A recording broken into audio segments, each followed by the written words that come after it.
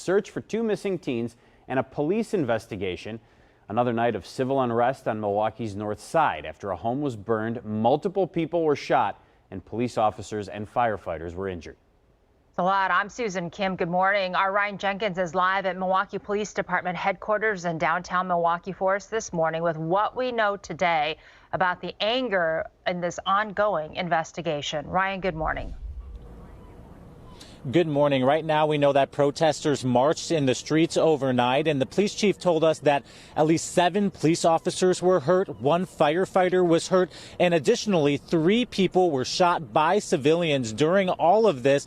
And it was all near a home at 40th and Lloyd, and that's where all of this unrest began before the sun went down. Take a look at some of this video that we have that shows a house there after it was set ablaze by an angry crowd. We're told that relatives and members of the community believe that this home was linked to an investigation related to missing teenagers. And the director of the city's Office of Violence Prevention tells us that the house has a history and that people there were upset for really 2 reasons. One, with what allegedly has happened inside that home, possibly related to sex trafficking. And then the other reason being that people were upset with the way that police have investigated that home over the years. We have learned that police have been called to that home at least 30 times, more than 30 times in the past few years, several times in the past few days to investigate incidents. You see that video there once again of the unrest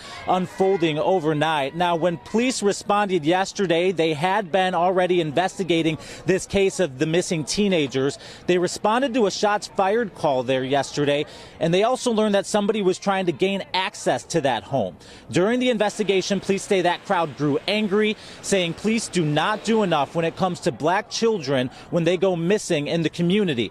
And while that home was burning, police say the crowd threw bricks at them. And eventually, police had to deploy gas as the unrest grew out of control. At one point, people in the crowd, not police, began shooting. Police say at least 3 people were shot, and we know at least 2 of those people were teenagers.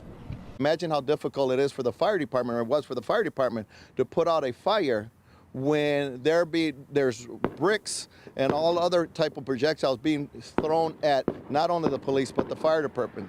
So this was a pretty chaotic scene. We want our children and our families to be safe, and so it's our hope that we get to the bottom of what was going on there.